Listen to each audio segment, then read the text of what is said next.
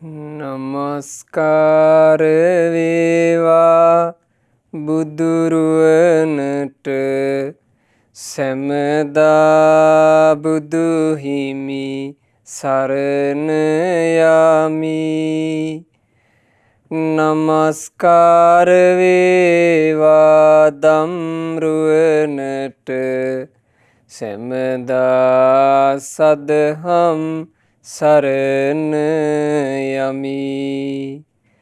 නමස්කාර වේවා සංඝරුවනට සැමදා මහා සංඝ සරණ යමි. නමස්කාර වේවා තුනුරුවනට සැමදා තිසරණ සරණ යමි. සාදු සාදු සාදු.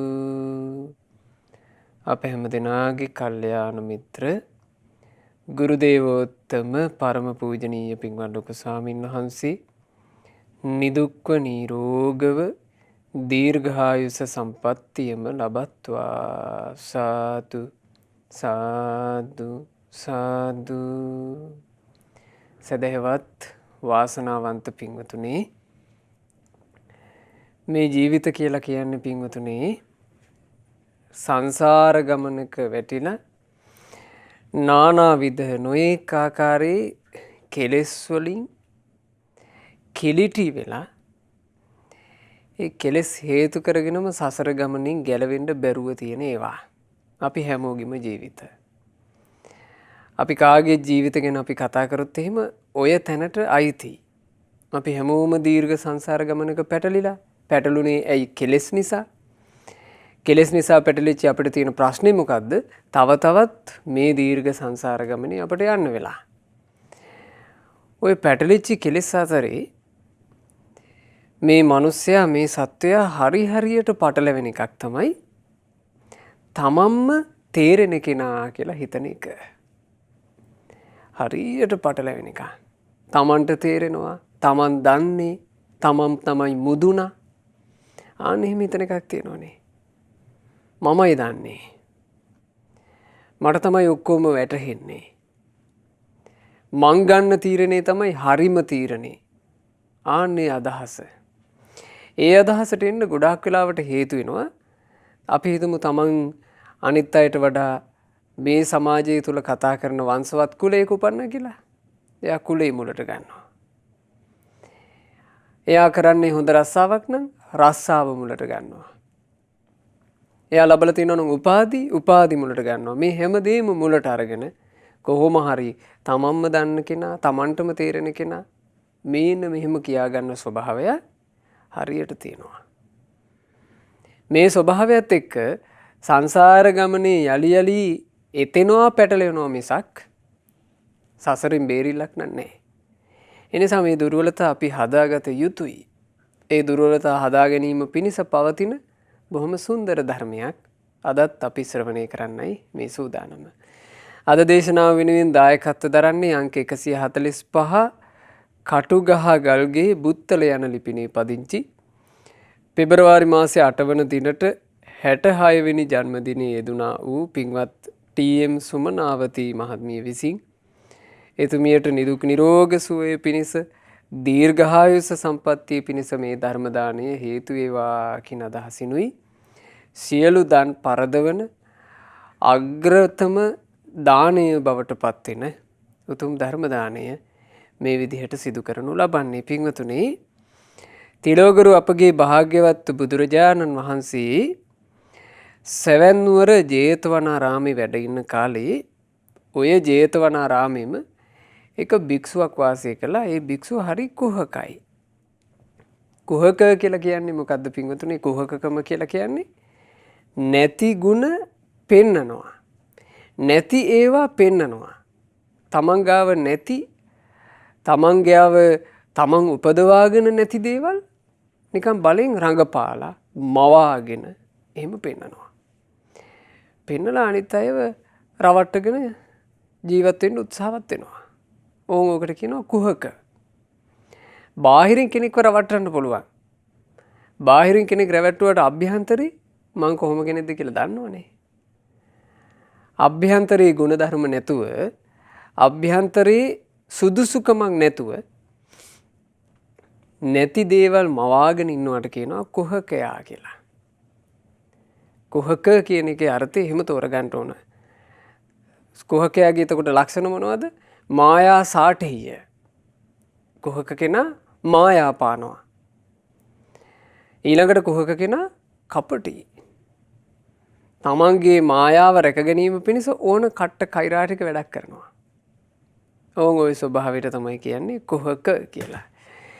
ඉතින් තිලෝගුරු භාග්‍යවත් බුදුරජාණන් වහන්සේ සැවැන්දුවර ජේතවනාරාමේ වැඩ ඉද්දිත් මේ ජේතවනාරාමේ භික්ෂූන් අතරේ ওই જાතියේ භික්ෂුවක් හිටියනේ. මායාපාන කපටි අනිත් අයව රවට්ටාගෙන ජීවත් වෙන්න මහන්සි ගන්න භික්ෂුවක් වුණා. ඉතින් අනිත් භික්ෂුන් වහන්සේලාට දැන් ළඟින් ඇසුරු කරන භික්ෂුන්ට තේරෙනවා මේ භික්ෂුව හරි කුහකයෙක් කියලා. ඉතින් භික්ෂුන් වහන්සේලා අනුකම්පාවෙන් අවවාදත් කරලා තියෙනවා. ආශ්මතුනි ඔහොම කරන්න එපා. මේ සම්බුද්ධ ශාසනයේ තියෙන එක එක්කෙනාව රවට්ට ඉන්න නොවේ. තමන්ට තමන්ගේ ජීවිතේ හදා ගැනීම පිණිසයි කියලා කිව්වට අහන්නේ. අවසානයේ භාග්‍යවත් බුදුරජාණන් වහන්සේ ළඟට මේ භික්ෂුව එකතු කරගෙන යන්න අනිත් භික්ෂුන් වහන්සේලා කතා වුණා. බලෙන්ම මෙයාව බුදුරජාණන් වහන්සේ ළඟට එකතු කරගෙන යනවා. ඉතින් භාග්‍යතුන් වහන්සේ ওই මොහොතේ ධම්සභා මණ්ඩපේ වැඩ හිටියේ. බුදුරජාණන් වහන්සේට පේනවා භික්ෂුන් වහන්සේලා පිරිසක් එකතු වෙලා අත්තුලින් අල්ලගෙන නිකන් උස්සගෙන වගේ ඇදගෙන වගේ අර භික්ෂුව අරන් එනවා. භාග්‍යතුන් වහන්සේ ඇහුවා මහණෙනි මොකෝ ඔය භික්ෂුව නිකන් අකමැත්තෙන් වගේ තථාගතයන් වහන්සේ ළඟට අරන් එන්නේ. එතකොට මේ භික්ෂුන් වහන්සේලා කියනවා ස්වාමීනි භාග්‍යතුන් වහන්සේ මේ භික්ෂුව හරි කුහකයි. තමන් ගාව නැති ගුණ තමන් ගාව නැති දේවල් පෙන්නගෙන මායාවෙන් කපටිකමින් මෙයා ඉන්න වාසේ මේ කැමති. ඉතින් ස්වාමීනි අපි අවවාද කළා අපි අනුශාසනා කළා මේක කියලා දෙන්න උත්සාහ කරා හරියන්නේ. බැරිම තැන බුදුරජාණන් වහන්සේ ළඟට මෙහෙම එකතු කරන් ආවේ. එතකොට බලන්න මේවා කියලා නෙමෙයි. දැන් මේ කරන්නේ අර භික්ෂුන් වහන්සේව බේරා ගන්න වැඩපිළිවෙලක්. බුදුරජාණන් වහන්සේ ළඟට එකතු කරගෙන ගිහිල්ලා කෙලින්ම කාරණේ කිව්වා. කීවහම භාග්‍යතුන් වහන්සේ අහනවා ඇත්තද භික්ෂුව මේ කියන්නේ? එතකොට අර භික්ෂුව බිමට රවාගෙන අකමැත්තෙන් කිව්වා එහෙමයි ස්වාමීනි. බුදුරජාණන් වහන්සේ වදාලා මහණෙනි මේ භික්ෂුව අතීතෙත් ඔහොමමයි. අතීතෙත් කුහකකමට ආසා කළා. තමන්ගේ ප්‍රතිරූපයට ආසා කළා. අනිත් අය අතරේ තමන් මුදුනා වෙන්න ආසා කළා. ඒකම තමයි මොහුගේ තිබුණු කැමැත්ත කියලා බුදුරජාණන් වහන්සේ අතීත කතාවක් ගැන දේශනා කළා. එතකොට භික්ෂුන් වහන්සේලාට දැනගන්න ඕන වුණා මේ අතීත පුවත. භික්ෂුන් වහන්සේලා ඉල්ලා හිටියා ස්වාමීනි භාග්‍යතුන් වහන්සේ ඒ අතීතයේ සිදුවුණ සිදුවීම අප හැමදිනා කෙරෙහි අනුකම්පාවෙන් බුදුරජාණන් වහන්සේ දේශනා කරන සේක්වා කියලා ඉල්ලා හිටියා. ඉතින් බුදුරජාණන් වහන්සේ ආන්නේ මොහොතේ මේ ජාතක කතාව වදාලා මේ ජාතක කතාවේ නම සේතකේතු ජාතකය. සේතකේතු ජාතකයේ සිංහල අර්ථය තමයි නැති ගුණ පෙන්නන්ට ගියපු බ්‍රාහ්මණයාගේ කතාව. ගොඩාක් ඉස්සර කාලේ බරණැස්පුරේ බ්‍රහ්මදත්ත නමින් මහා රජෙක් රාජ්‍ය විචාරමින් වාසය කළා. ওই කාලේ මහා බෝධිසත්වයෝ බ්‍රාහ්මණ පවුලක ඉපදිලා තක්ෂශිලා ගිහින් හොඳට අධ්‍යාපනය හදාරලා බරණැසට දිසාපාමුක් ආචාර්යවරයා බවට පත් වෙලයි වාසය කළේ. මහා බෝධිසත්වයෝ පිළිවෙලින් හොඳට අධ්‍යාපනය ලැබලා ඒ කාලවකවානු වෙනකොට අර බරණැස ප්‍රධාන දිසාපාමුක් ප්‍රධානම ආචාර්යවරයා බවට පත් වෙලා බෝධිසත්වයෝ හිටියේ. ඒ දවස්වල දිසාපාමුක් ආචාර්ය පාදයන් වහන්සේ ළඟ 500ක් මානවයෝ ශිල්ප හදාරමින් හිටියා. නොයෙක් අය සිටු පවුල් වලින් රජ පවුල් වලින් නොයෙක් තැන් වලින් ආපු අය මෙතන ශිල්ප හදාරනවා. ඔවුන් අතරේ හිටපු වැඩිමහල්ම කෙනාගේ නම තමයි ශ්වේතකේතු. මේ ජාතක කතාවේ යෙදුන නමක් නේ සේතකේතු කියලා. ශ්වේතකේතු කියලා කියන්නේ කාටද? අර ශිෂ්‍යයෝ අතර හිටපු වැඩිහිටියාට. මේ ශ්වේතකේතු කියන කෙනා හරි අහංකාරයෙක්. තමන් බ්‍රාහ්මණ පවුලක උපන්නා කියලා තමන් සම්බන්ධයෙන් අධි තක්සේරුවක හිටියා.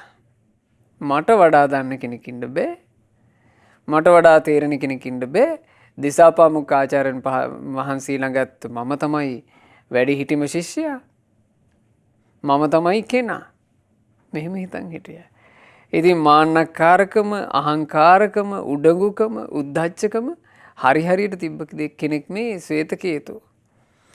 දවසක් ශ්වේතකේතු තමන්ගේ 500ක් මිත්‍රයොත් එක්ක යම්කිසි කටයුත්තක් පිණිස නගරයෙන් පිටතට යමින් හිටියා. ඒ යනකොට නගරයට වෙන පුරුෂයෙක් වෙන තරුණයෙක් ප්‍රවිෂ්ඨ වෙනවා. දැන් නගරයට මෙහෙම එනවා.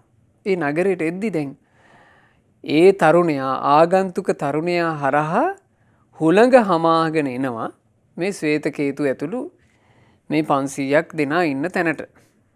ඒ හුළං ආවේ ඒ පැත්තෙන්. අර ආගන්තුක තරුණයාගේ ශරීරයේ පිසගෙන මෙහෙම හුළඟ හමාගෙන එනවා. එතකොට ශ්වේතකේතු ආඩම්බරකාරයානේ. ශ්වේතකේතු ඇහුවා එම්බා තරුණය ඔහේ මේ නගරයට ආගන්තුක කෙනෙක්. නුඹ මොන ජාතිය උපන් කෙනෙක්ද? එතකොට අර තරුණයා කිව්වා පින්වත මං සැඩොල් ජාතියේ. සැඩොල් කුලේ. එතකොටම ශ්වේතකේතුට කේන්ති ගියා. ශ්වේතකේතු කියනවා චී නෙදකින් බලාපන්. දැන් ඔබ අපි කෙරෙහි කිසි ගෞරවයක් නැහැ. නුඹේ ඇඟ පිසගෙන හුළඟ හමනවා අපේ පැත්තට. නුඹ ඒ ගැන සැලකිල්ලක් තැකීමක් කළාද? කාලකන්නි වසලයා මැරිලා ඵලයන් කියලා මෙහෙම බැන්නා. මෙහෙම දොස් කියනකොට අර සැඩොල් තරුණයා ගානකට ගත්තේ නැහැ. එතකොට ශ්වේතකේතු මොකද කළේ? දුවගෙන ගියා. දුවගෙන ගිහිල්ලා අර සැඩොල් තරුණයාව පහු කළා. පහු කළාම දැන් මොකද වෙන්නේ? ඒ ශ්වේතකේතුගේ ශරීරයේ පිසගෙන හමන හුළඟ අර සැඩොල් තරුණයාගේ ඇඟේ වදිනවා. දැන් මේ කලේ අර තමන් තමයි කෙනා, තමන් තමයි මුදුනා කියලා පෙන්නන්න. ඒතකොට මේ තරුණයාත් පුදුම જાතිය කෙනෙක්. මේ තරුණයා කලේ ආය ශ්වේතකේතු පරද්දාගෙන ඉස්සරහට දුවගෙන ගිහිල්ලා තමන් හුළඟට ඉස්සරලා හිටගත්තා. දැන් මෙතන ওই විදිහේ පොඩි රණ්ඩුවක් හටගත්තා. ඒ රණ්ඩුව ওই විදිහේ ක්‍රියාවකින් අවසානයේ නරක වචන වලින් මේක කෙලවර වුණේ. එතකොට මේ සැඩොල් තරුණයා ටික වෙලාවක් මෙහෙම කරලා ශ්වේතකේතුකින් අහනවා ඈ බොල ওই විදිහට මට කතා කරන්නට, ওই විදිහට මට ක්‍රියා කරන්නට නුඹ කොයි කුලේද කියලා කියපන් කිව්වා. එතකොට ශ්වේතකේතු කියනවා ඇයි තොට පෙනෙන්නේ නැතිද මං මහා සම්භාවනීය බ්‍රාහ්මණ වංශිකයෙක් කියලා. එහෙම පෙනෙන්නේ නැද්ද කියලා ඇහුවා මගේ බාහිරින් බලාපුවම.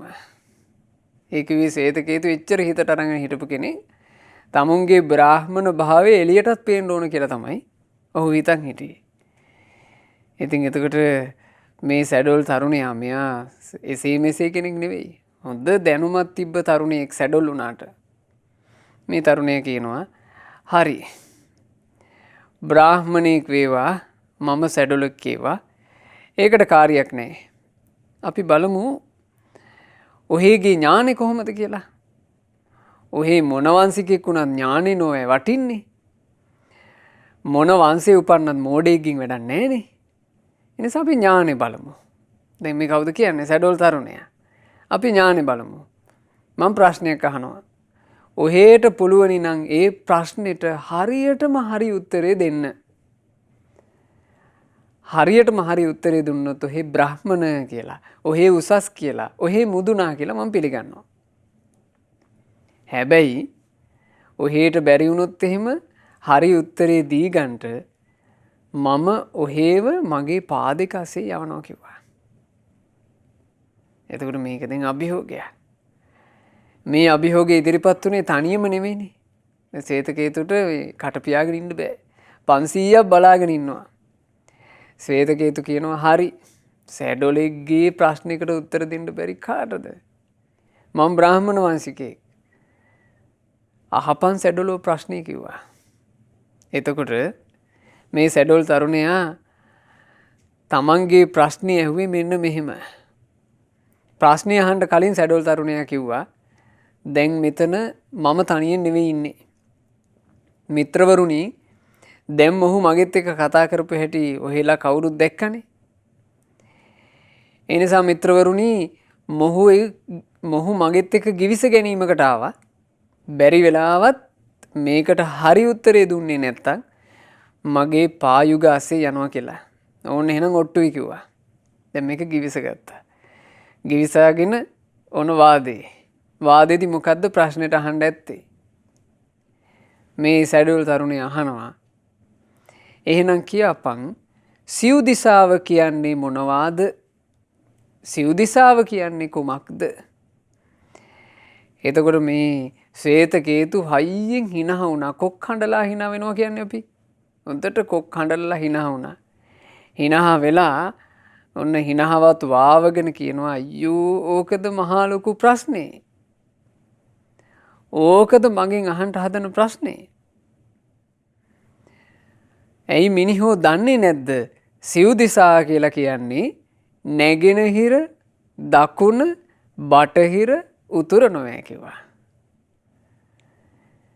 එතකොට මේ තරුණයා ඇහුවානේ මුලින්ම පිංගුතුනේ මං අහන ප්‍රශ්නෙට හරියටම හරි උත්තරේ කියලා. දැන් මේ දුන්නේ හරියටම හරි උත්තරේ නෙමෙයි. සිව් දිසා කියලා කියන්නේ මොනවාද කියලා අහපුවම නුවණැත්තන්ගේ උත්තරේ ඕක නෙවෙයි. සිව් දිසා කියලා කියන්නේ මොනවද කියලා අහපු ගමන් මෙයා දුන්න උත්තරේ තමයි නැගෙනහිර දකුණ බටහිර උතුර කියන එක. ඕවා ඉතින් ජීවිතයට සම්බන්ධ ඒවා නොවේනේ. ජීවිතයකට සම්බන්ධ ඒවා නෙමෙයි. මේ ප්‍රශ්නේ විසඳුපු එකත් එක්ක මේ තරුණයා කිව්වා ආන්න නුඹ පෙරදුනා. නුඹ පෙරදුනා. මන් නුඹගෙන් ඇහුවේ ඔය ප්‍රශ්නෙට උත්තරයක් නෙමෙයි. ප්‍රශ්නෙට හරියටම හරි උත්තරේ. ඕකට හරියටම හරි උත්තරේ කියලා කියන්නේ ඔය නිකම් මේ බාහිර තියෙන දිසා හතරක් නෙමෙයි. ජීවිතයට බලපාන දිසා හතරක්. ඒ ජීවිතයට බලපාන දිසා හතර නොදැනද තමන් මහා ලොකුවට හිතාගෙන මගේ සිරුරේ වැදීගෙන ඉන්න සුළඟවත් තමුන්ගේ ඇඟේ වදින්න එපා කියලා ගෝරනාඩු කරගෙන ආවේ. දැන් දැනගනින් මං නුඹට කරන දේ කියලා මේ සැඩොල් තරුණයා අර ශ්වේත කේතුගේ ඔළුව අල්ලලා ඔළුව පාත් කළා. ඔළුව පාත් කරලා හොඳට ඔළුවට බර දීලා ඔළුවට උඩින් පැන්නා. මේ බ්‍රාහ්මණයාගේ ඔළුවට උඩින් තමන්ගේ පා යවලා මේ සැඩොලා එහා පැත්තට පැන්නා. ඇයි දැන් මේක ඔට්ටුවක් කරන්න දෙයක් නැහැ. එතකොට ශ්වේත කේතුට කරගන්න දෙයක් නැහැ. හොඳටම ලැජ්ජාවටපත් වුණා. ඇස්වල කඳුළු පුරවාගෙන රතු වෙලා දිසාපාමුක් ආචාර්ය පාදයන් වහන්සේ ළඟට ගියා. ඉතින් දිසාපාමුක් ආචාර්යන් වහන්සේ ළඟට ගිහිල්ලා මෙයා එල්ලගෙන ඉන්නකොට අනිත් තරුණයෝ ටික ඇවිදින් කිව්වා අනේ ආචාර්යනි මේ මෙහෙම එකක් වුණානේ අද අපේ ශ්වේත කේතුට. අර පාරේ ඇවිදිමින් හිටපු සාමාන්‍ය මිනිසෙක් එක්ක මෙයා බලෙන් පටලැවුණා. ඒ පටලැවිලා එයාගේ වංශිත් අහගෙන අවසානයේ වාදයකට පෙරෙලා ඒ සැඩොලා මෙයාව පැරද්දුවනේ කිව්වා. එතකොට දිසාපාමුක් ආචාර්යව අහනවා හැබැයිද දරුවෝ මේ අනිත් තරුණයෝ කියන්නේ තොපට සැඩොලෙකුගේ දෙපා යටින් නැවිලා යන්න සිද්ධ වුණාද කියලා ඇහුවා. කිව්වහම කියනවා අනේ ආචාර්යනි ඒකනේ. ඒ සැඩොලා දාසි පුත්‍රයා මගෙන් ඇහුවා සතර දිසාව කියන එකට හරියටම හරි උත්තරේ. ඉතින් හරියටම හරි උත්තරේ මං කිව්වා උතුර නැගෙනහිර බටහිර දකුණ කියලා. නමුත් මේ පුද්ගලයා කිව්වා ඔය දිසා හතරින් ජීවිතයකට ඇති ප්‍රයෝජනෙ මොකද්ද? ඔය දිසා හතර ගැන නෙවෙයි මං ඇහුවේ හරියටම හරි දිසාවයි කියලා. මේක කියපු ගමන් මගේ ඇඟුඩුරින් පැන්නා. මං ওই කාල කන්‍යාගෙන් වාඩුව ගන්නවමයි ආචාර්යනි කියලා දැන් මෙයා තාම ගැටිච්ච හිතින් ශ්වේත කේතු ඉන්නේ. එතකොට ආචාර්ය පාදයෝ කියනවා ශ්වේත කේතු කෝප වෙලා හරියන්නේ. ඒ සැඩොල් තරුණයා හරි. ඒ තරුණයා කියපු කතාව වැරදි. ඔහු අහලා තියෙන්නේ මේ කවුරුවත් බාහිරින් දකින දිසාවක් ගැන නෙමෙයි. අනික පුතේ හරියටම හරි දිසාව කියලා කියන්නේ ජීවිතයට සම්බන්ධ එකක් වෙන්න ඕනේ. බලන්න පින්වතුනි මෙන්න මේ ස්වභාවයේ අද වෙනකොට අපේ මේ ලෝකේ කතා කරන්නේ සම්පූර්ණයෙන්ම වෙනස් විදිහකට. අද අපි ඉගෙන ගන්න විෂයන් ගත්තත් බාහිර තියෙන ඒවා. අපි දැන් ඔය පුංචි වයස්වල ඉඳලා පාඨමාලා කර කර හිටන් අපි ඉගෙන ගන්නේ බාහිර තියෙන ඒවා. බාහිර ඒවා තමයි අපි ඉගෙන ගන්නේ. අපි නොඑක අපි හිතමු ග්‍රහ චක්‍ර ගැන ඉගෙන ගන්නවා, ඒවා අඳිනවා. බාහිර. අනිකුත් විෂයන් තියෙනවානේ බාහිර ඒවා තමයි අපි ඉගෙන ගන්නේ. අපි අපේ ජීවිතය ගැන ඉගෙන ගන්නවාද කියන එක ඇත්තටම අමතක එකක්. ඇත්තටම අමතක එකක්. ඒ නිසාම අපි දැකලා තියෙනවා සමහරලාවට මේ විශ්වවිද්‍යාලවල කතිකාචාර්යවරු ආන්නේ වගේ මට්ටම් වල අය පවා ඒ කිව්වේ අනිත් අයටත් උගන්වන අනිත් අයටත් අධ්‍යාපනය ලබා දෙන අය පවා තමන්ගේ ජීවිතයට කරදර එනකොට පිස්සෝ වගේ හැසිරෙනවා අපි දකිනවා. ඊළඟට ඒ ඉගෙන ගත්ත ශිල්ප වලින් දැන් අපි ගත්තොත් වෛද්‍යවරු ඉන්නවා බේබද්දෝ. වෛද්‍යවරයා කියලා කියන්නේ මේ ශරීර සෞඛ්‍ය ගැන හොඳට මේ යම් ශිල්පයක් හදාරපු කෙනෙක්නේ. මේන්න ඒ වෛද්‍යවරයා එක්කෝ සිගරට් බොනවා, එක්කෝ මත්පැන් මත්ද්‍රව්‍ය බොනවා. මේන් ඒ වෛද්‍යවරයා සල්ලාලකම් කරනවා. ඒකට පේනවා අර ඉගෙන ගත්ත ශිල්පේ ජීවිතයට සම්බන්ධ නැහැ. ජීවිතයට සම්බන්ධ නැහැ. ඉගෙන ගන්න ශිල්පේ ජීවිතයට සම්බන්ධ නැත්නම් ඒ ශිල්පෙන් ඇති වැඩේ මොකද්ද? ඉගෙන ගත්ත ශිල්පයෙන් ජීවිතයක් සුවපත් කරන්නේ නැත්නම් ඒ ශිල්පෙන් ඇති ප්‍රයෝජනය මොකද්ද? තියෙන දැනුමින් ජීවිතයක් සුවපත් කරන්නේ නැත්නම් ඒ තියෙන දැනුමින් ඇති වැඩේ මොකද්ද? ඒ නිසා හරි ලස්සනයි ඒ කාලේ මේ ආචාර්ය පාදවරු කියලා දීලා තියෙන කතාව. ආචාර්ය පාදයෝ කියනවා ඒ සැඩොල් තරුණයා කියපු එක හරිනේ. උඹ දිසා හැටියට මතක තියාගෙන තියෙන්නේ මේ බාහිර තියෙන දෙයක් නේ. බාහිර දිසා වලින් වැඩක් නැහැ පුතේ. අභ්‍යන්තර දිසා. අභ්‍යන්තර දිසාමයි වඩාත් වටින්නේ. ඒ නිසා පුත්‍රය ඒ තරුණයා ගැන කිපෙන්න එපා. ඒ තරුණයා නුවණක්කාරයෙක්.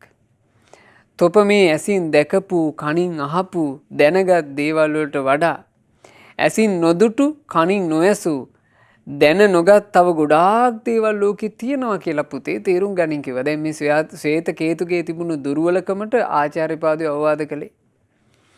නුඹමයි දන්නේ, නුඹටමයි තේරෙන්නේ. නුඹ තමයි ඔක්කොම දේවල් වටහා ගත්ත කෙනා කියන අදහසින් එපා කිව්වා. තමන් නොදන්න, තමන් නොදැකපු, තමන්ට නොවැටහෙන දේවල් තවත් මේ ලෝකේ තියෙනවා කියලා පිළිගනින් කිව්වා. එහෙම කියලා ආචාර්ය පාදයෝ ශ්වේත කේතුට මතක තියාගන්න වටින විදිහට ගාථාවකුත් කිව්වා. එපා කිපෙන්නට පුතේ, කෝප වීම හොඳ දෙයක් නොවේ. ඔබ නොදැක්ක නොඇසූ දේ තවත් බොහෝ ලෝකේ තියෙනවා. දරුවන් හට මුලින්ම හමුවන්නේ මව්පියෝ නිසා. මව්පියෝ නැගෙනහිර දිසාවයි. පිදුම් ලබන ඊළඟ අය ගුරුවරුන් නිසා. ගුරුවරු දකුණු දිසාවයි. ඔන්න දිසා. මතක තියාගන්න හැබැයි දිසාවන්. නැත්නම් අපිනුත් දිසා කියලා ඇහුවොත් එහෙම කවුරු හරි දිසා හතර කියන්න කියලා අපි කියන්නේ නැද්ද එකපාර? උතුරය, දකුණය, නැගෙනහිරය, බටහිරය. අපිට ඕවා මතක තියාගන්න සමහරවිට මේ එක එක කතන්දර පවා කියලා දීලා තියෙනව නේද? දිසාට මතක තියාගන්න. නොඑක විදිහේ කතා වලින් අපි උතුර, නැගෙනහිර, ගිනිකොන, බටහිර ආදි වශයෙන් අපි මතක තියාගන්නවා කතා වලින්. අපි මතක තියාගෙන තියෙන්නේ මොකද්ද? බාහිර එකක්. නමුත් මතක තියෙන්න ඕනේ මොකද්ද? නැගෙනහිර කියලා කියන්නේ අම්මා තාත්තා දෙන්න. නැගෙනහිරින් තමයි ලෝකයට ආලෝක උදා වෙන්නේ. හඳ නැගෙන්නෙත් නැගෙනහිරින්, ඉර නැගෙන්නෙත් නැගෙනහිරින්. ආලෝකය උදා වෙන්නේ ලෝකයට නැගෙනහිරින්. ඒ වගේ ජීවිතයට ආලෝකය උදා වෙන්නේ කොතනින්ද? අම්මා තාත්තා දෙන්නගෙන්. අම්මා තාත්තා දෙන්නගෙන් තමයි ජීවිතේට ආලෝක උදා වෙන්නේ. ඒ නිසා නැගෙනහිර අම්මා තාත්තාය. මව්පිය දෙදෙනා ගැන දරා ගන්න කිව්වා නැගෙනහිර දිශාව හැටියට. ඊළඟට දරුවන්ට බොහෝ ප්‍රයෝජන ඇති පිදුම් ලබන උතුම් පිරිස තමයි ගුරු මෑණිවරු ගුරු පියවරු. ඒ නිසා ශ්වේතකේතු ගුරුවරු දකුණු දිශාව විදිහට හොඳට මතක තියාගන්න කිව්වා. දැන් තමයි ශ්වේතකේතුට දැස් ඇරෙන්නේ ඇත්ත නොවේ කියලා.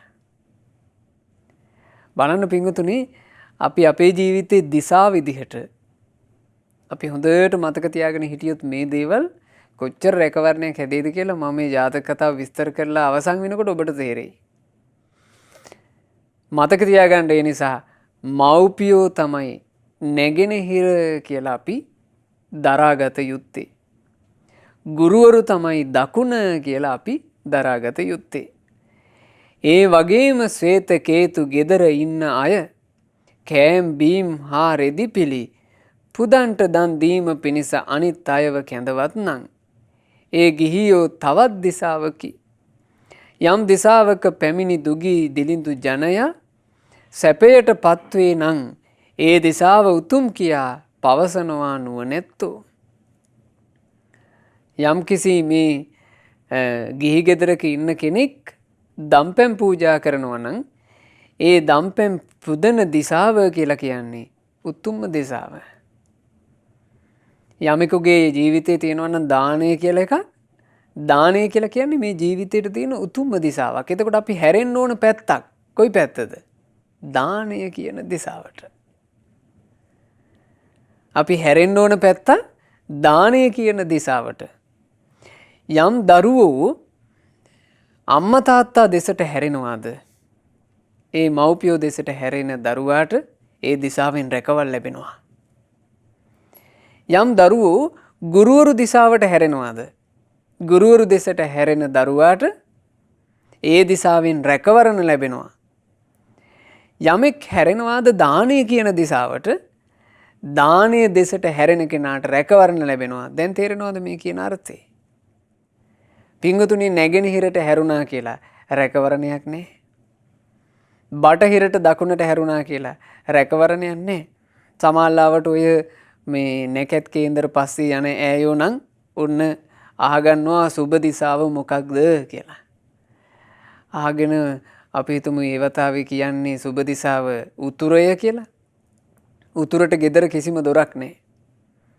උතුරේ තියෙන ජනේල. එයා ජනේලෙන් පැනලා හරි ඕන්න ගමන් ආරම්භ කරනවා. අද සුබ දිසාව උතුර නොවේ කියලා. උතුරු දිසාවට අපි හැරුණා කියලා. උතුරු දිසාවට බෑ අපිව රකින්න. හැබැයි යම් දරුවෙක් අම්මා තාත්තා දෙසට හැරෙනවා නම් ආන් ඒ දිසාවට පුළුවන් අපිව රකින්න. ඇත්තටම අම්මා තාත්තා කියන දෙන්නා නොවේද අපිව රැක්කේ මෙතුවක් කල්. ඒ දෙන්නා දිසාවට යම් දරුවෙක් හැරෙනවා නම් ඒ දෙදෙනා දිසාවට හැරිච්ච දරුවට ඒ දිශාවෙන් රැකවරණ ලැබේ. ගුරුවරු දිශාවට යම් දරුවෙක් හැරේ නම් ගුරුවරුන්ගේ පැත්තට හැරෙන දරුවාට ඒ දිශාවෙන් රැකවරණ ලැබේ. දානීය දිශාවට යමෙක් හැරේ නම් දානීය දිශාවට හැරෙන කෙනාට ඒ දිශාවෙන් රැකවරණ ලැබේ. මං හිතනවා පින්වතුන්ලා මේ කාරණේ හොඳට මතක තියාගත්තොත් ජීවිතේ හරි සුන්දර වේවි. පින්වතුන්ලා තව දිශා ගොඩාක් හොයා ගනීවි. තමන්ගේ ජීවිතේට රැකවරණ හැදෙන දිශා අපි නැත්තම් අපිට පුංචි කාලේ ඉඳලා උගන්වපු ඔය 8 දිශාව දස දිශාව මතක තියාගෙන අපිත් ඔහේ ජීවිතේ ගත කරලා දායි.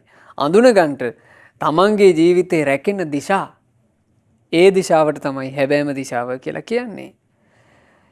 ඊට පස්සේ දිසාපාමුක් ආචාර්ය පාදයන් වහන්සේ මේ ශ්වේත කේතුට තවදුරටත් පැහැදිලි කරලා කියා දුන්න මේ දිශා ගැන. නැගෙනහිර දිශාව යනු මව්පියෝය. දකුණු දිසාවේ ගුරුවරු සිටින්නෝය. බටහිර දිශාව යනු අඹුදරු දැරියෝය. යහළු මිතුරු හැම උතුරු දිසාවය. යට දිසාව යනු සේවක කම්කරුවෝය. මහන බමුණු යනු උඩ ඇති දිසාවය ගිහිගෙයි වසන අය නොපමා වී සිටිමින් මේ සය දිසාවට නිති සැලකිය යුතු වේ. ඕන් ඔහොම දිසාපාමුක් ආචාර්ය පාදයන් වහන්සේ එදා ශ්වේත කේතුට මේ කාරණේ පැහැදිලි කරලා දුන්නා. ශ්වේත කේතු තමන්ගේ ජීවිතේ රැකෙනවා නම් රැකෙන්නේ ඕන් ඔය දිශා ටික හොඳට අඳුනගෙන හිටියොත්. දිශා ටික හොඳට මතක තියාගමු පින්වතුනි. ජීවිතේ නැගෙනහිර දිශාව කියලා කියන්නේ මොකද්ද? අම්මා තාත්තා. දකුණු දිශාව ගුරුවරු. බටහිර කියලා කියන්නේ අඹදරු දැරියෝ.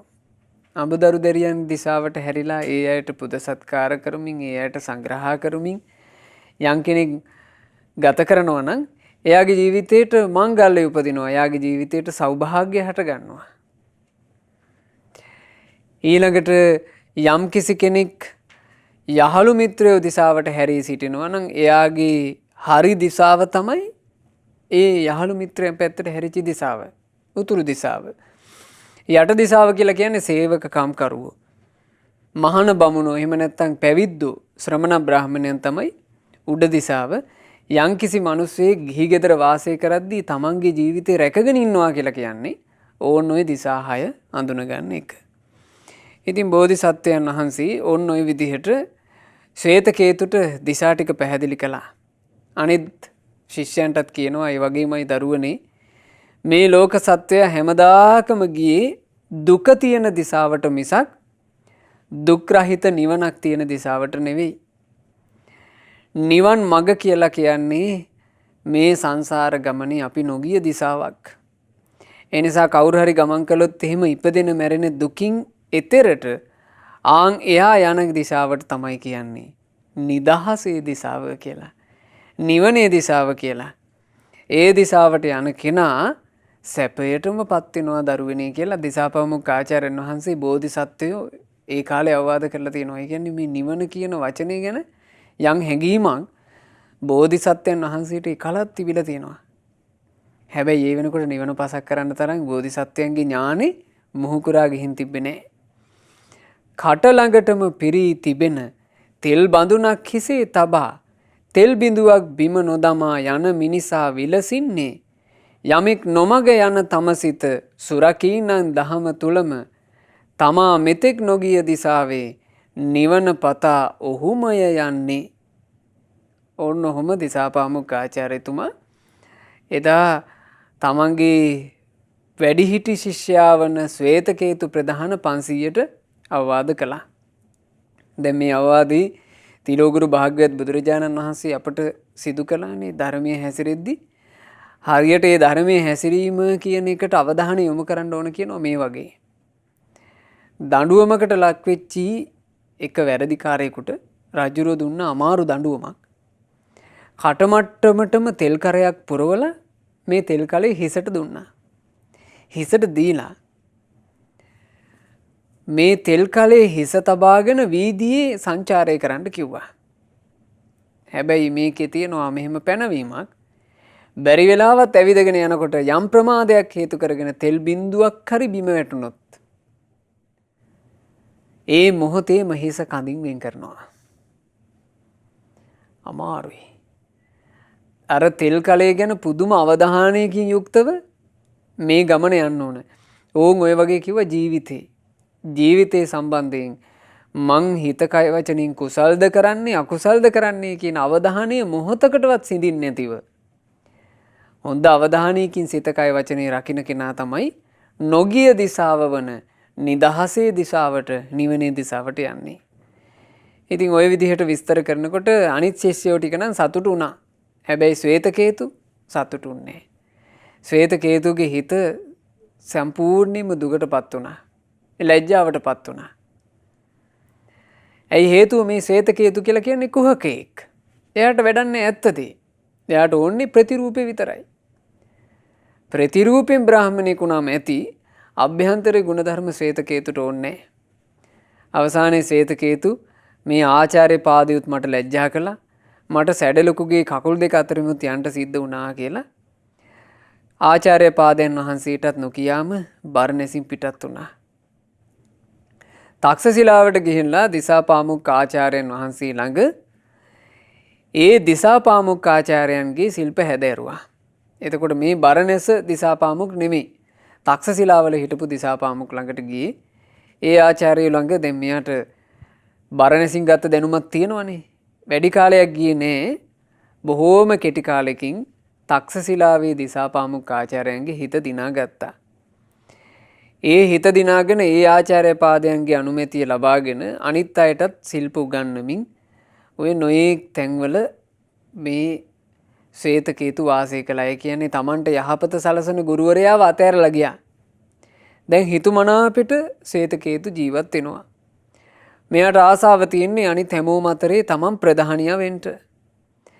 දවසක් මොහු Tamanගේ පිරිවරත් එක්ක බරණැසට ආවා. ඇවිල්ලා රාජකීය උද්‍යානයේ නවාතැන් ගත්තා. පහුවදා පිණ්ඩපාත ගිහිල්ලා රජුරුවන්ගේ රජමාලිගාවටත් ආවා. රජුරුව මේ තාපසවරුන්ගේ ඉරියව් දැකලා පැහැදුනා. රජුරුව කල්පනා කළා බොහොම හොඳයි කියලා. තමන්ගේ මාලිගාව ඇතුළට කැඳවාගෙන දානෙන් අපෝපස්ථාන කරලා මේ ශ්වේතකේතු කියන ප්‍රධාන බ්‍රාහ්මණයාට කියනවා බ්‍රාහ්මණය ඔබේ පිරිසත් එක්ක මේ රජ උයනේම නවතින්න. ඔබලා යන්න උවමනාවක් නැහැ. මං අද හවස් කාලේ වෙනකොට අපේ ආර්යයන් වහන්සේලා වැඳ පුදා ගන්නට ඉන්නම්කෝ කිව්වා. දැන් ශ්වේතකේතුට හරි සන්තෝසයි. ශ්වේතකේතු දානෙන් පස්සේ රජ උයනට ගිහිල්ලා තමන්ගේ ශිෂ්‍ය පිරිස ඔක්කොම කැඳෙව්වා. කැඳවලා කියනවා මෙහෙම. ඕන්න දැක්කද? අපිට රජුරෝ පැහැදුනා. දැන් රජුරවන්ට අපි ගැන ප්‍රසාදය තියෙන වෙලාවේ අපි මේ ප්‍රසාදය දෙගුණ තෙගුණ කරගන්න ඕන. එහෙම කරගත්තොත් එහෙම ඉතින් රජා පැහැදුනා කියලා කියන්නේ ලාභ ටික ඔක්කොම අපටනේ. ඒ නිසා මම ඔබලාට කියන්නම් පිළිවෙලක්. එහෙමම කටයුතු කරන්න ඕන. දැන් ශ්වේතකේතු තමන් කුහකයා අන් අයටත් කුහකකම් උගන්වනවා. තමන් රඟපාන කෙනා අනිත් අයට රඟපෑම් උගන්වනවා. තමන් මායාකාරයා තමන්ගේ ශිෂ්‍යයන්ටත් මායය ඉගෙනනවා කියනවා. අද හවස රජ්ජුරුවෝ එන වෙලාවේ රජ්ජුරුවන්ව පහදව ගන්න කරන්න තියෙන්නේ මෙන්න මේක. පුළුවන් හැමෝම ඔළුවෙන් හිටගෙන වවුල් වෘතයක් පුරපල්ලා. පුළුවන් හැමෝටම කිව්වා ඔළුවෙන් හිට ගන්න කියලා. ඔළුවෙන් හිටගෙන තපස් කරාපල්ලා. පුළුවන් අය උක්කුටියෙන් ඉඳගෙන ඒ වෘතේ පුරන්න ඕන. ඊළඟට පුළුවන් අය මේ තනි කකුලෙන් හිටගෙන වැඳගෙන මේ වෘත පුරන්න කිව්වා. දැන් පින්වතුන්ලා මේ වගේ වෘත පිරීම් ගැන මං හිතනවා අහලා ඇතිනේ. ඔය දඹදිව එහෙම අදටත් ඇතැම් මේවා තියෙනවා. ඉතින් ඒ පරණ තිබ්බේව නම් ඉතුරු වෙලා නැහැ. නමුත් සමහර දේවල් තාමත් තියෙනවා. දැන් නිරුවතින් ඉන්න එක තාම තියෙනවනේ. ඊළඟට කෙස් රැවුල් උදුරණේවා තාම තියෙනවා. ඔය උක්කුටියෙන් ඉඳගෙන ඉදීම කියන එක තාම තියෙනවා. ඉතින් ඔය වගේ নানা ප්‍රකාර දැන් නම් අර යෝග විදිහට ඇතැම් වෙලාවට ගොඩනැගිලා තියෙනවා නොයෙක් දේවල්. කොහොම හරි ඒ කාලේ තිබිලා තියෙන රූක්ෂ ප්‍රතිපදා ගැන තමයි මේ කියන්නේ. තව පිරිසකට කිව්වා නුඹලා ජලයට බැහැලා ජලයේ ඔළුව විතරක් උඩට අරගෙන ජලයේ ඉඳලා භාවනා කරන බවක් පෙන්නපල්ලා. දැන් මේ ඔක්කොම කරන ඒවා නෙවෙයි. මවාපෑන් තමයි මෙතන යන්නේ. ශ්වේතකේතු මොකද කළේ? තමන්ගේ ශිෂ්‍යයන්ගෙන් 100ක් 200ක් විතර තමන්ගේ වටේ ඔහොම වාඩි කරගෙන ඒ ඇයෝ ඉස්සරහා තමන් ටිකක් උස ආසනයක වාඩි වෙලා තමන් දැන් මේ අයගේ ගැටලු විසඳනවා වගේ පෙනී හිටිනවා. ඕන්න ඔය වෙලාවේ රජුරුව මෙතෙන්ට සැපත් වුණා. දැන් රජුරුවන්ට පේනවා තමන්ගේ දානේ අනුභව කරලා ආපු මේ බ්‍රාහ්මණවරු නිකන් ඉන්නේ නැහැ. කට්ටියක් ඔළුවෙන් හිටගෙන භාවනා කරනවා. කට්ටියක් තනි කකුලෙන් හිටගෙන භාවනා කරනවා. කට්ටියක් උක්කුටියෙන් ඉඳගෙන භාවනා කරනවා. කට්ටියක් වතුරේ බැහැලා. ඒ ඔක්කොමලට උපදෙස් දෙන ආචාර්ය පාදයෝ ආන්න තව පිරිසකගේ ප්‍රශ්න විසඳනවා. රජුරෝ දැක්ක ගමන් පැහැදුනා. දැන් මේ පහදින්නේ මොකේටද? සම්පූර්ණ රංගපෑමට. සම්පූර්ණ මේ නාට්‍යයට පැහැදුනා. මායාකාරයාගේ මායාවට පැහැදුනා. කපටියාගේ කපටිකමට අහු වුණා. දැන් රජ්ජුරුවෝ කියනවා හරි අගෙයි නොවේ. රජුරුවත් එක්ක පැමිණිලා හිටියා පුරෝහිතතුමා. මේ පුරෝහිතතුමාට රජුරුවෝ හරි සන්තෝෂෙන් කියනවා අඳුන් දිවිසම් දරා සිටිනා හැඩපළු ගෙතුණු ජටා මැඬුළු බැඳ සිටිනා මෙලියම් බැඳුණු දතින් යුතු වී කිලිටි පෙනුමින් යුතුව සිටිනා තාපසවරු මේ නොයෙක් ව්‍රත තිබෙනා සිටිති මන්තර මතුරමින් මිනිසුන් කරන මේ නොයෙක් උපායෙන් අපාදුකින් නිදහස් වූවෝද මොවුහු. රජුරුවෝ පුරෝහිතකින් අහනවා ඈ පුරෝහිත බලන්ටකෝ මේකේ ලස්සන අඳුන් සිවිතම් දරාගෙන ඊළඟට ජටා මඬුළු බැඳගෙන මේ අය දත් මැදලත් නෑ හරියට මේ සත්තු මැරෙන හින්දා දත් මදින්නේ දත් නොමැදලා ඒ දත්වල මැලියන් තැවරිලා ඊළඟට ශරීරේ හොදන්නේ නෑ මේකේ ඇතැම්මු මොකද මේ අයගේ ඇඟවල් වල ඉන්න සත්තු මැරෙයි කියලා ඒ නිසා හරි අපිරිසුදුයි මේ අය නොයේ කෘත කරන තාපසවරු ඉන්නවා මෙතන ඇතැම්මු මන්තර මතුර ඉන්නවා ඈ පුරෝහිත මේ අය නේද අපාදුකින් නිදහස් වෙච්ච අය ඔහොම ඇහුවා එතකොට පුරෝහිත බ්‍රාහ්මණයා හොඳ ඥානවන්තයෙක් පුරෝහිත බ්‍රාහ්මණයා කිව්වා රජුරුවෙනි බොහෝ දැන උගත් පණ්ඩිතවරු වුණත් නොහැසිරෙත් නම් දහමේ සිත කය වචනයෙන් පෞරැස් කරත් නම් දහස් ගණන් වේද මන්ත්‍ර කිව හැකි වුවත් කටපාඩමින් එයින් කිසි පළක් නැත්තේ සීලාදී ගුණ ධර්ම නැතිනම් අපාදුකින් නිදහස් නෑමයි ඔවුන් බාහිරින් පේන එකට පහදින්න එපා කියලායි මේ කිව්වේ බොහෝ දැන උගත් වෙන්න පුළුවන් තර්කෙන් තර්කෙ බිඳ කතා කරනවා වෙන්න පුළුවන්. හැබැයි ඒ පුද්ගලයා තමුන් ධර්මයේ හැසිරෙන්නේ නැත්තම් සිත කය වචනෙන් පව් කරන කෙනෙක් නම් ඒ කෙනාට දහස් ගාණක් වේද මන්ත්‍ර මතකයි කියලා පළක් නැහැ කිව්වා. අපි තුමු බුදුරජාන් වහන්සේගේ ධර්මයේ උනත් ත්‍රිපිටකේම කටපාඩම් තිබ්බත් වැඩක් තියනවාද? තමන් එකක්වත් පුරුදු කරන්නේ නැත්තම් කිසි පළක් නැහැ. තමන් පුරුදු කරන දෙයක් නැත්තම් ඔක්කොම කටපාඩමින් මතක තිබ්බා කටපාඩමින් S2 පියාගෙන කියාගෙන ගියත් පළක් නැහැ. පුරුදු කරන දෙයකින් තමයි මිනිස්යාගේ ජීවිතේ ගුණයක් නිර්මාණය වෙන්නේ. පුරුදු කරපු ගුණයක් තමයි අපිට පිහිට වෙන්නේ. දැන් බලන්න පින්වතුනි මේ කියන කතාව කොච්චර සත්‍යයක්ද කියලා. පින්වතුන්ලා අධ්‍යාපනය ලබන කාලේ එක විෂයන් ඉගෙන ගත්තේ නැද්ද? දැන් මෙතන ඉන්නවනේ මේ බණ අහන පින්වතුන්ලා අතර වැඩිහිටියෝ. දැන් ඔය රැකිරක්ෂා කරන වැඩිහිටියෝ ඉන්නවා. මේ පින්වතුන්ලා ඉගෙන ගන්න වයසේ 13 වසරට උසස් පෙළ ලියන වයසට එනකන් ගොඩාක් විෂයන් ඉගෙන ගත්තේ නැද්ද? දැන් ඒ ඉගෙන ගත්ත විෂයන් වලින් මතක මොනවද? දැන් ගොඩාක් ඒවා මතකයි. අපි ඉතිහාසය ඉගෙන ගත්තා අමතකයි. අපි ඉගෙන ගත්තා තව නොයෙකුත් මේ ආර්ථික විද්‍යා කියයි নানা ප්‍රකාර විෂයන් අපිට අමතකයි. ඊළඟට අපි ඉගෙන ගත්තා ඔන්න ප්‍රමේයන් නොයෙක් අයගේ ප්‍රමේයන් අපි ඉගෙන ගත්තා අපිට අමතකයි. ඇයි හේතුව?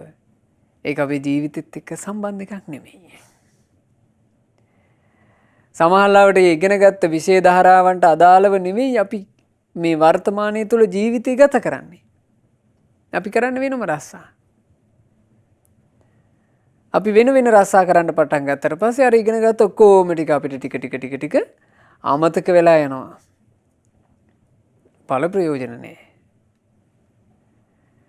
කෙනෙකුට කටපාඩමින් මතකේ තියාගන්නවා කියන එක ටික කාලයක් කටපාඩම නොකර හිටපු ගමන් අමතක වෙලා යනවා.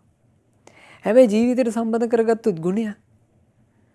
ඔන්න දරුවෙක් ඉන්නවා අම්මගේ තාත්තගේ ගුණ හිත අම්මයි තාත්තයි පුදන. ඒක එයාගේ ජීවිතෙන් බැහැර වෙන්නේ. යමෙක් ඉන්නවා ගුරුවරු හඳුනගෙන, ඒ කියන්නේ ගුරුවරයන්ගේ ගුණ හඳුනගෙන ගුරුවරයාව පුදන. එයාගේ ජීවිතෙන් බැහැර වෙන්නේ. යම් කෙනෙක් ඉන්නවා හොඳට සීලය ආරක්ෂා කරන මං සත්තුන්ට හිංසා කරන්නේ. මං සතුන්ව මරන්නේ නැහැ. මං හොරකම් කරන්නේ. මං සල්ලාලකම කරන්නේ. මං බොරු කියන්නේ කියලා සමාදන් වෙච්ච එකක්.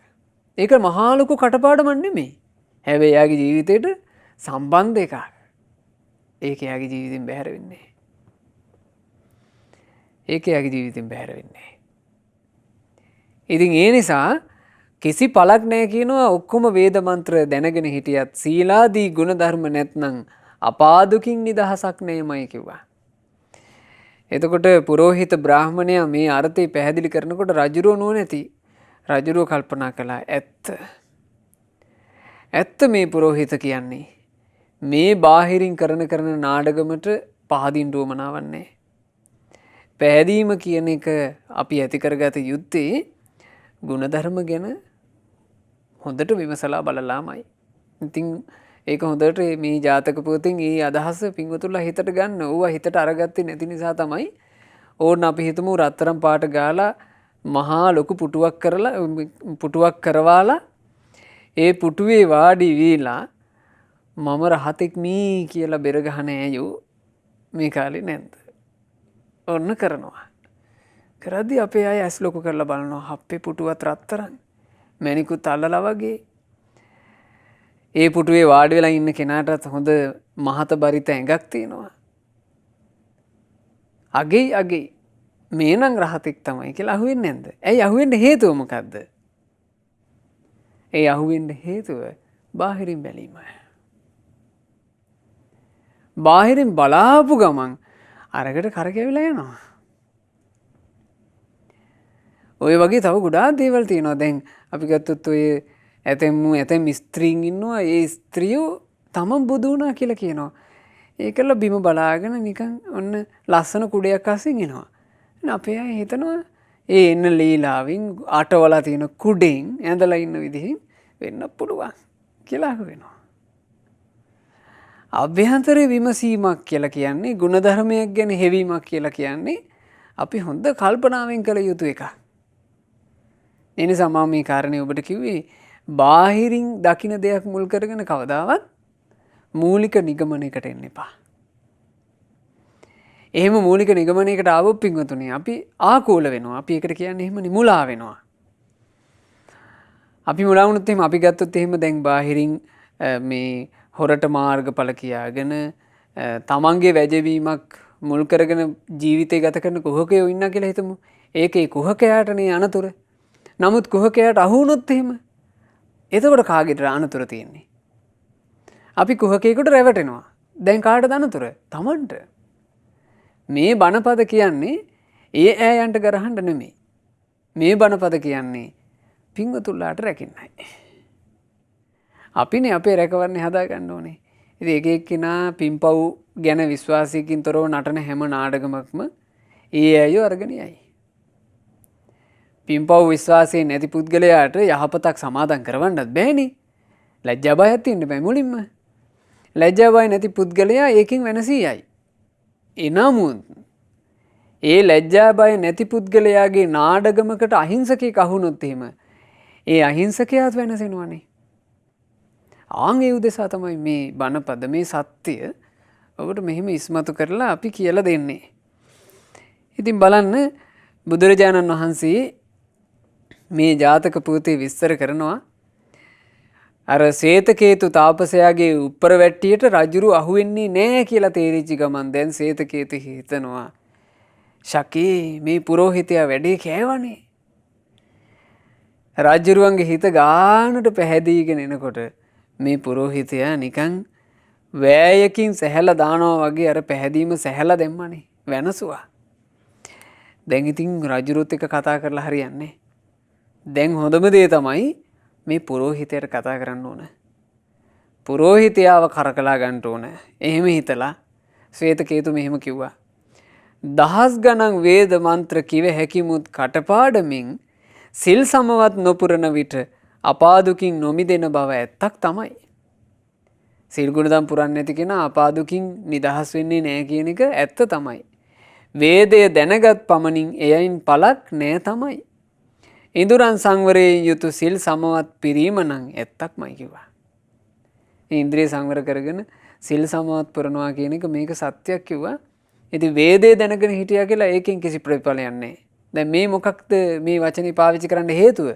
පුරෝහිතගේ හිත ගන්න. නමුත් පුරෝහිත කියලා කියන්නේ හොඳ ඥානවන්තී පුරෝහිත බ්‍රාහ්මණයා ඒ වෙලාවේ ශ්වේත කේතුට කියනවා වේදය දැන කියා ගැනුම නිෂ්ඵල නෑ පලක් තියෙනවා. ශ්වේත කේතුගේ වාද ඉවරයි. කිව්වා වේදය දැනගෙන ඉන්නවා කියන එක ප්‍රතිඵලයක් නැති එකක් නෙමෙයි. ප්‍රතිඵලයක් තියෙනවා. අපි හිතමු කෙනෙක් ධර්මයේ කියවලා ධර්මයේ ගොඩාක් දන්නවා කියලා. ධර්මයේ ගොඩාක් දැන ගැනීම කියන්නේ නිෂ්ඵල එකක් නෙමෙයි. ප්‍රතිඵලයක් තියෙනවා. කොච්චර වටිනවද? ධර්මයේ දැනගෙන ඉඳීම ගොඩාක් වටින නිසා තමයි අපේ ගුරු දේවෝත්තම පින්වත් ලොකු ස්වාමීන් වහන්සේ ඊටාම වේගින් බුදුරජාණන් වහන්සේගේ නිර්මල පාරිශුද්ධ භාෂිතේ පරිවර්තනය කළේ අපිට සරලව කියව ගන්නට. ධර්මයේ දැන ගැනීම ධර්මය අසා තිබීම වටිනවා. ගොඩාක් ධර්මයේ දන්න බව ගොඩාක් වටිනවා. නිෂ්ඵල නෑ ඒක. ඉඳුරන් සංවරයෙන් යුතු සිල් සමවත් පිරීම නම් උතුම් දෙයක්මයි. යම් කෙනෙක් හොඳට සීල සංවරයෙන් යුක්ත වෙනවා නම් ඒක උතුම්. දැන් වේදේ උගත් නිසා ලැබෙනව නොවේ ලාභ ලෝභ හරියගේට. තමන් ඉගෙනගත්ත වේදයෙන් තමන්ගේ දැනුමින් කෙනෙක් හම්බ කරන්න හිතනවා නම් අන්ගේ ලාභ ලෝභ උත්සාහයෙන් යුක්තව කටයුතු කිරීම තමයි නරක. දහමේ හැසිරීමෙන්මයි සිල් සමවත් ලැබගන්නේ. යම්කිසි කෙනෙක් හොඳට ධර්මයේ හැසිරුණොත් ඒ තුලින් තමයි යාට සීල සම්පත්තිය ආදී ගුණධර්ම ලැබෙන්නේ. මෙහෙම කියලා ශ්වේතකේතුගේ අදහස පුරෝහිත බ්‍රාහ්මණයා සම්පූර්ණයෙන්ම ඛණ්ඩනය කළා. ඉතින් මේ මොහොතේම රජුරවන්ට වැටහීමක් ආවා මේ ශ්වේතකේතු මේ පිරිසත් එක්ක කරන්නේ සම්පූර්ණ බොරුවක්. රජුරු අනකලා මේ සියලු දෙනාවම ගිහි කරවන්න ඕන. මේ අයගේ මේ බොරු තපස් වලින් වැඩන්නේ. අර සියලු දෙනාම ගිහි කෙරෙව්වා. ගිහි කරවලා හොඳට කඩු ශිල්ප දුනු ශිල්ප ආදී පුහුණු කරවලා රජුරුවන්ගේ රාජ උපස්ථානෙට හදාගත්තා කියනවා. ඉතින් එයාලගෙන් පටන් ගත්ත පරම්පරාවක් තමයි කියනවා මහන්ත කාරක කියන වංශ පරම්පරාව. ඉතින් ওই විදිහට අපගේ ශාස්ත්‍රුන් වහන්සේ මේ ශ්වේත කේතු ජාතකයේ වදාරලා අවසානයේ දේශනා කළා. මහණෙනි එදා ශ්වේත කේතු වෙලා හිටියේ වෙන කවුරුත් නෙවෙයි අදටත් කුහකකම් කරන මෙන්න මේ කුහක භික්ෂුවයි. චණ්ඩාල පුත්‍රයා වෙලා හිටියේ අපගේ සාරිපුත්තයෝ. දිසාපාමොක් ආචාර්ය පාදයන්ව සිට පසුව රජුගේ පුරෝහිත වුණේ. එතකොට රජුරුවන්ගේ පුරෝහිත බවට පත් වෙලා තියෙන්නේ මේ මොහොතේ එතෙන් ආවේ කවුද? මහා බෝධිසත්වයන් වහන්සේ. ඉතින් බුදුරජාන් වහන්සේ මේ ලස්සන ජාතකයේ ওই විදිහට නිමා කළා. බොහෝ භික්ෂුන් වහන්සේලාට මේ දේශනාවෙන් දැස් පාද ගන්නට අවකාශ ලැබුණා. බාහිරට පෙන්වන එක නෙමෙයි වටින්නේ. තමන් ගාව තියෙන තමන්ගේ ගුණ ධර්මයකමයි තමන් රැකෙන්නේ. ඉතින් අපි හැමදෙනාට අපේ ජීවිත මේ ගෞතම සාසනය මුණ ගැහිච්ච මොහොතේ හැබෑවටම රැක ගන්නට අභ්‍යන්තරයේ ගුණ ධර්ම උපදවාගෙන අපේම ජීවිත අපිට ආරක්ෂා කරගන්නට ලැබිච්ච හොඳම අවස්ථාව වන මේ බුදු සසුනින් පිහිට පිළිසරණ රැකවරණ සලසා ගන්නට අපට වාසනාව ලැබේවා. සාදු සාදු සාදු. රැස් කළ උදාරතර පුණ්‍ය ධර්මයන් සියලු දෙවියෝ සතුටින් අනුමෝදන් වෙත්වා. පින් අනුමෝදන් වන දෙවියෝ දිව්‍ය සැපයෙන් වැඩෙත්වා. දෙවියන්ගේ නිරන්තර රැකවරණ ආශිර්වාද අප හැම දිනාටම දෙවියෝ නොඅඩුව සලසා දෙත්වා. දෙවියෝද සසර දුකින් අත මිදේවා. සාදු සාදු සාදු. අපගේ ගුරු දේවෝත්තම කල්යාණ මිත්‍ර පරම පූජනීය පින්වත් ලොකු ස්වාමීන් වහන්සේට සියලු පින් අනුමෝදන් වෙලා ගුරු දේවයන් වහන්සේ නිදුක්ව නිරෝගව දීර්ඝායුෂ සම්පන්නියම ලබත්වා. සාදු සාදු සාදු. රැස් කළා වූ සියලු පුණ්‍ය ධර්මයන් අනුමෝදන් කරමු. අද දවසේ මේ ධර්ම දානය සිදු කරන පෙබරවාරි මාසයේ 8 වන දිනට 66 වෙනි ජන්මදිනයේ යෙදුනා වූ පින්වත් ඩී.එම්. සුමනාවති මෑණියන් හට සියලු පුණ්‍ය ධර්මයන් අනුමෝදන්ව මෑණියන් නිදුක් වෙත්වා නිරෝග වෙත්වා දීර්ඝායුෂ සම්පන්නියම ලබත්වා. කිසියම් කරදරයකින් බාධාවකින් තොරව මෑණියන්ට සුවසේ පින් කරගන්නටත් සුවසේ ධර්මයේ හැසිරෙන්නටත් අවකාශ සැලසෙත්වා. ගෞතම සාසනය තුලම ධර්මාවබෝධ කරන්ට වාසනාව ලැබෙත්වා කියලා අපි ආශිර්වාද කරනවා සෙත් පතනවා. මෑණියන්ගේ නමින් මිය පරලොවයන්ට යෙදුණු දෙමාපියන්ටත් පවුලේ සියලු ඥාතීන්ටත් පින් අනුමෝදන් වෙලා ඥාතීන්ගේ පරලොව ජීවිතයේ ඒකාන්ත වශයෙන්ම සැපයටපත් වේවා. අපගේ ඥාතීන් ඉක්මන් භවයකදීම සසර දුකින් අත මිදේවා කියන ප්‍රාර්ථනාවෙන් පින් අනුමෝදනා සිදු කරන්න. සුජීවත්ව සිටින ආදරණීය ස්වාමි පුරුෂයාට ඒ වගේම දරුවන්ට ඥාති හිත මිත්‍රාදීන් සෑම සියලු දෙනාට මේ සියලු පින් එක ලෙසම අනුමෝදන්ව සියලු දෙනා නිදුක් නිරෝග සුව ලබත්වා දීර්ඝායුෂ ලබත්වා ජීවිතේ කරන කියන රැකිරක්ෂා ව්‍යාපාරාදිය දූදරු මුණුපුරු මිනිපිරියන්ගේ අධ්‍යාපන කටයුතු ආදී ਸਰව ප්‍රකාරයෙන් සාර්ථක වෙත්වා දියුණුවට පත්වෙත්වා කරදර බාධා වෙත්නම් සියල්ල දුරු වෙත්වා කල්යාණ මිත්‍ර ඇසුරේ සුවසේ පින් රැස් කරගෙන ධර්මයේ හැසිරෙන්න අවකාශ ලැබෙත්වා. ශ්‍රද්ධා මාසික ධර්ම දාන සමාජික පින්වතුන්ලා සියලු දෙනාටත් ශ්‍රද්ධා රූපවාහිනිය සහ ලක්විරු ගුවන්විදුලියේ කාර්ය මණ්ඩලයේ සැමටත් සුපින්වතුන්ලා හැම දෙනාටත් ගෞතම සාසනයේම ධර්මාවබෝධ කරන්නට වාසනාව ලැබේවා. හැම දෙනාටම තෙරුවන් සරණයි. නමෝ බුද්ධාය. මෙවැනි වටිනා ධර්ම දේශනා ශ්‍රවණය කිරීමට ශ්‍රද්ධා ඩේලි YouTube චැනලය සබ්ස්ක්‍රයිබ් කරන්න.